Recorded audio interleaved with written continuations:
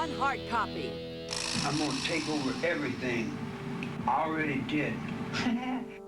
Charles Manson Today. Don't know how to behave. Pirated jail video exclusive. Also, the women who killed for him. And the new women who write love letters. Exclusive from inside prison, a pirated videotape of the real Charles Manson 20 years after he was convicted. A special investigation into the Manson cult, the days before the Sharon Tate murder. The days of free love with his female followers. One a straight-A student, one a homecoming queen, another a Bible student. From the days on his desert ranch to today's pirated video from a jail cell. Never broadcast before, a chilling document. The real Charles Manson and the new women who write hundreds of love letters even today. A hard copy special report for Monday, February 4th, 1991. Hello and welcome. I'm Terry Murphy. Charles Manson. He professed himself as Satan on earth. And while he holds court from his cell 20 years later, there is in many of us a sense of unfinished business. Our Doug Bruckner looks into the soul of Satan then and now. They came out of the night dressed in black. Killers invading a home filled with Hollywood's beautiful people. Their unparalleled savagery dedicated to a twisted vision called Helter Skelter. Look out!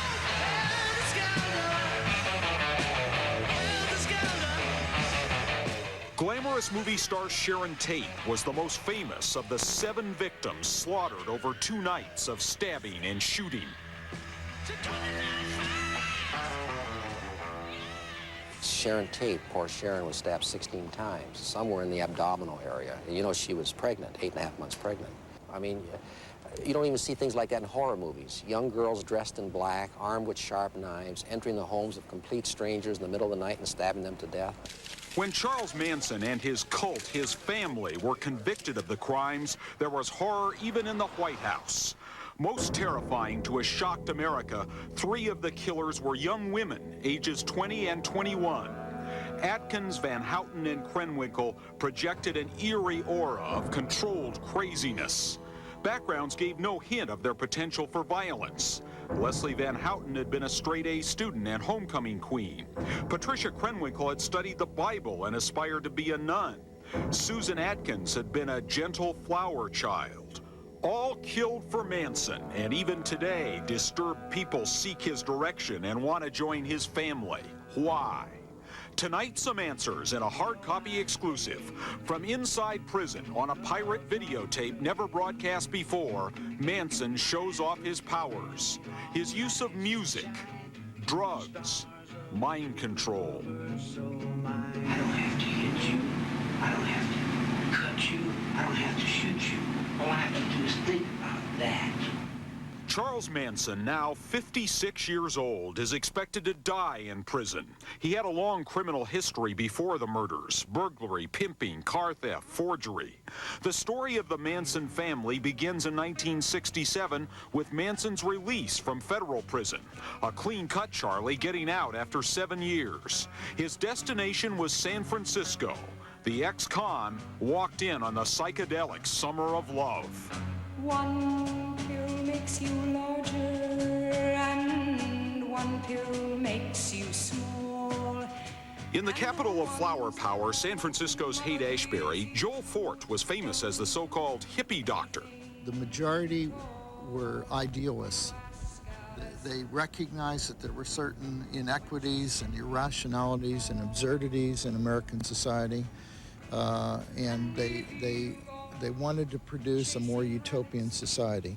They tended to be very imaginative in the use of color, in variety of clothing, in various kinds of art. In 1967, Charles Manson wanted to be part of it. He said, geez, these little girls running around just about asking for it. It's not the same world I left from, you know, and he says it's just unbelievable, a convict's dream. I went down on the Haight and I seen all these young kids. I was going to sing in the clubs, and I had learned to sing these kind of songs. The boat rides on the lake. And I went over and Ray Lee told me, he says, man, you can't do anything with that. He said, they're out there playing rock and roll. You say yes, I say no. Now, Manson needed money. He prowled the hippie enclaves looking for a woman to live with and live off, ending up on the campus in Berkeley. The University of California here in Berkeley was seething in the late 1960s with rebellion against the Vietnam War and authority in general. Charles Manson came here, saw all of it, but ignored the politics. He had other things on his mind. Specifically, a university librarian named Mary Bruner. She didn't know it at the time, but she was the first member of the Manson family. Lynette Squeaky Frome was the second. Squeaky, he bragged, I am the god of sex. Then Manson put the family on the road.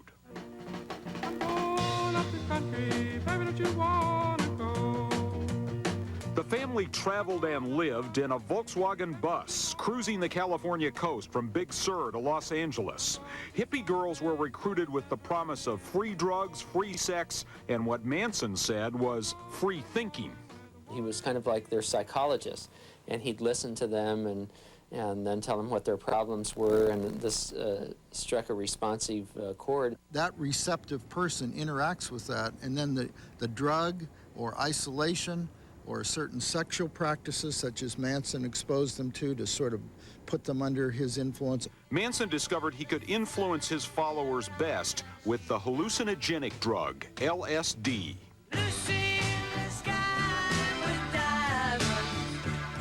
When your head explodes into like an oversized warm balloon, you nod for a few minutes from overstimulation, you're wired for 3 days. The Manson family took countless acid trips, but Manson himself indulged only occasionally. Charlie didn't want to be out of control, he wanted to be in control.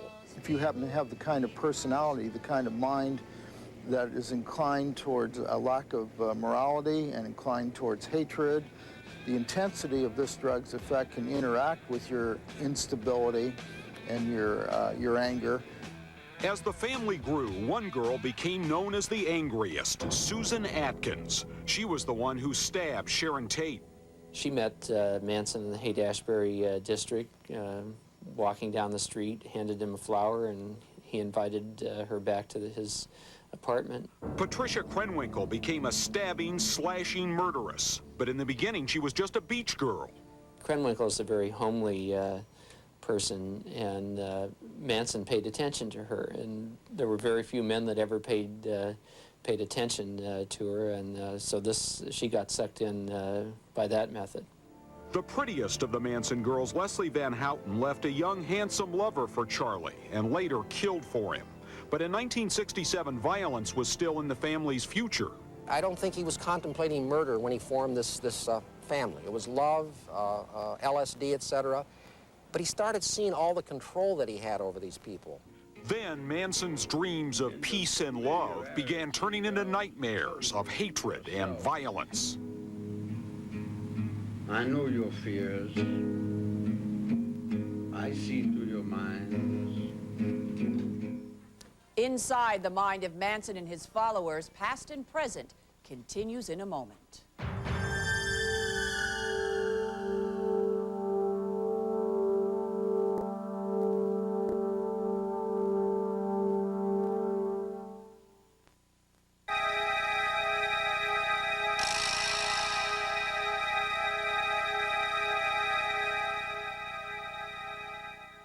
In 1969, the night Sharon Tate was murdered, the 60s flower power wilted. The flower children grew up with a chilling jolt of reality. Our Doug Bruckner continues his investigation of the real Charles Manson. Say you want a revolution, well, you know. The young people of the 60s were driven by drugs, protest, but most of all by music. And the Manson family was right in the groove. Charles Manson wanted to be a rock star, and he became a disciple of the Beatles. When the Beatles' drug-inspired White album came out in 1968, Manson made it his testament.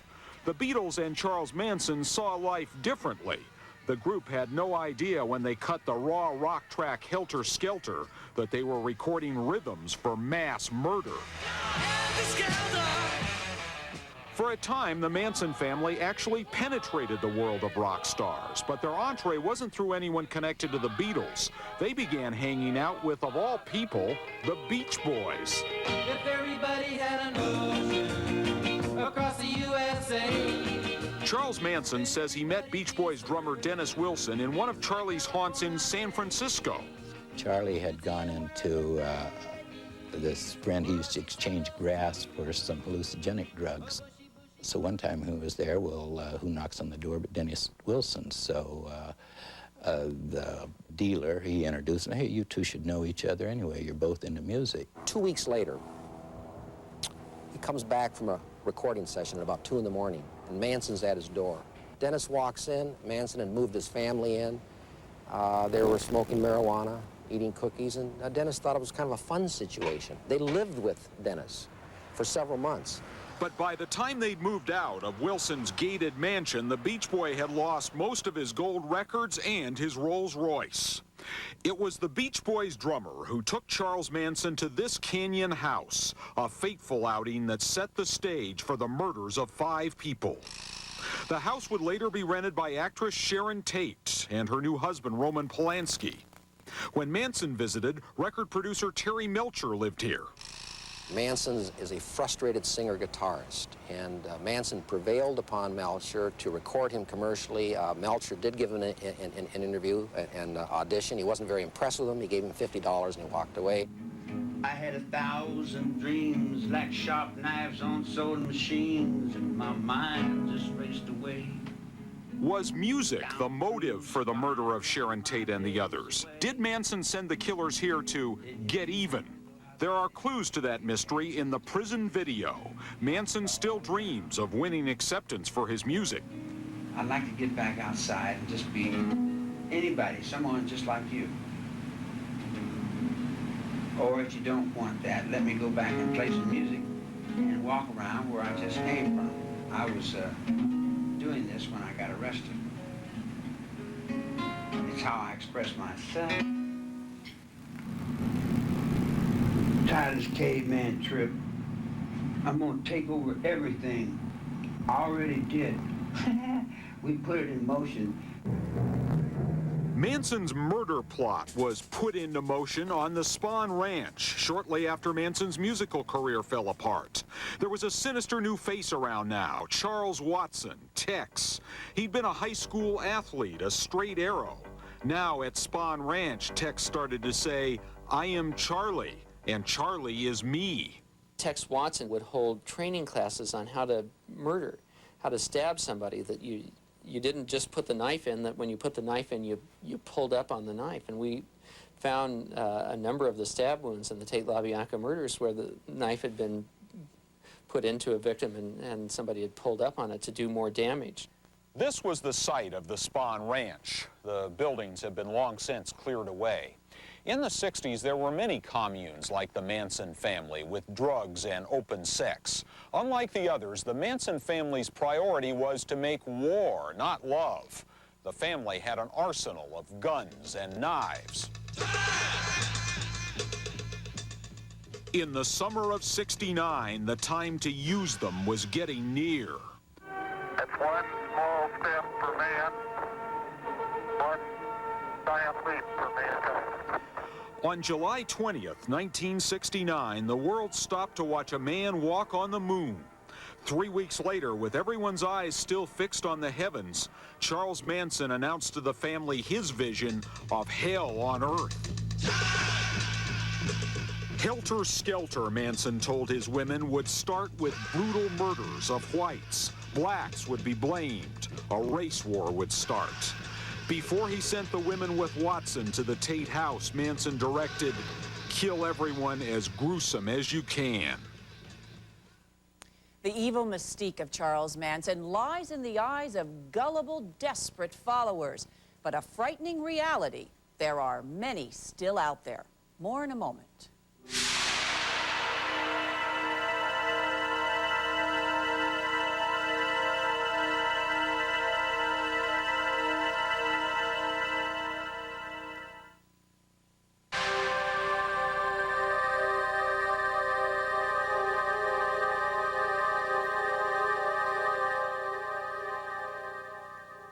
Hundreds of women write to Charles Manson in his jail cell today, some barely in their teens. A look at the bizarre Manson spell as our Doug Bruckner's investigation continues. In August 1969, Charles Manson had never felt more powerful. His family had just slaughtered actress Sharon Tate and 4 others. They hadn't ignited a race war, but they'd made headlines around the world and apparently gotten away with it. Police were baffled. Manson had used sex, drugs, and mind control to make the family do his bidding, to kill each member's ego. But he was betrayed by a girl whose ego couldn't be killed, the one he named after a Beatles song.